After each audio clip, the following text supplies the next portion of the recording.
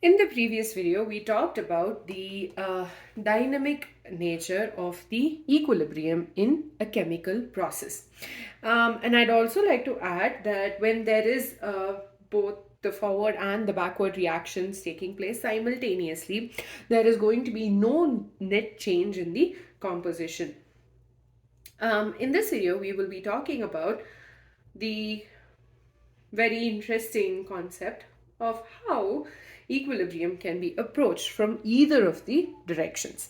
So for that, we will be taking the example of the formation of hydrogen iodide. So hydrogen iodide is formed by the reactants. Hydrogen reacts with iodine to give us hydrogen iodide. Now, this is the forward reaction. You have a combination of this taking place. So let's assume that the concentration of hydrogen and iodine is constant, okay, or is the same, is equal, and we will notice that there is a decrease in concentration till they become constant. Okay, this is noticed for hydrogen and iodine both. Now, similarly, as we've been learning from the previous set of videos, or from the beginning of this, the introduction, we learned that the concentration of the product will increase over time till it reaches a constant. So this is going to be our hydrogen iodide.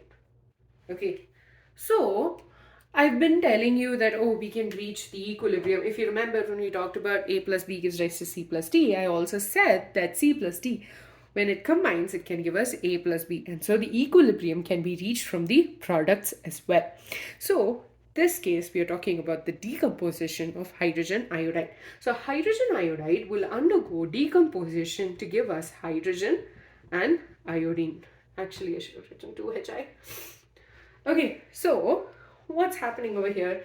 You have initially the concentration of hydrogen iodide would be the higher one, and over a period of time there's going to be a decrease, and this is going to give us the concentration of, like, there is a decrease in the concentration of hydrogen iodide.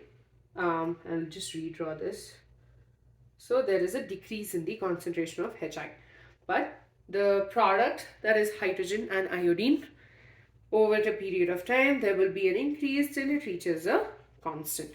So essentially these two graphs have been combined in your textbook to give you just one.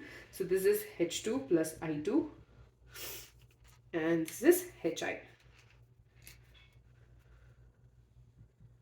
So the same reaction has been given in the textbook. And they've drawn a graph where there is an equilibrium in the center. So initially, when you have this going to be the combination part, this is the decomposition part.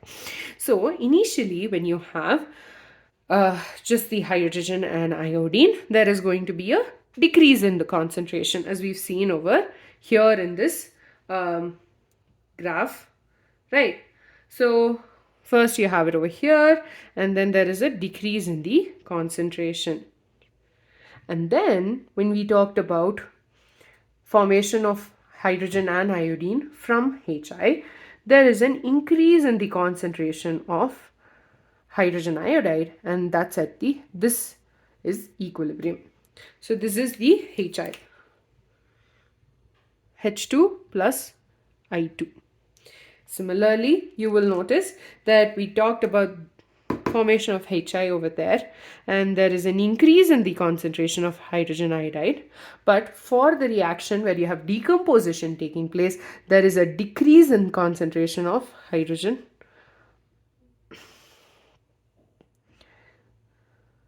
HI, that is hydrogen iodide. So essentially this side of the graph shows decomposition, this shows the combination reaction. So when you combine these two in front of each other, facing each other, you will have this particular graph. That's why I wanted to draw them separately. So this is just a combination of both, and this shows that equilibrium can be attained either from the hydrogen and iodine combining to give us hydrogen iodide, or hydrogen iodide can decompose to give us the two molecules.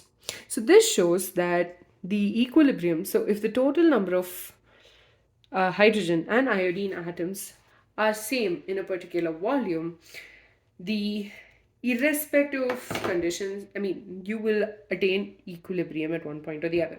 So if this, let's suppose take certain amount of hydrogen iodide, that would also give us hydrogen and iodine. Basically, both the forward and the backward process is taking place, and because of that, equilibrium can be achieved from either side of the equation. I hope you understood that. With that, we're done with equilibrium in chemical processes, dynamic equilibrium. We started with understanding the difference between a reversible and an irreversible chemical process. Then we talked about a hypothetical chemical equation and how the graphs would have been different if it were reversible and irreversible. And in the third video, we talked about the dynamic nature of the equilibrium in a chemical process. And in this video, we talked about how the forward and the backward process, I mean, equilibrium can be attained even from either side of the chemical reaction.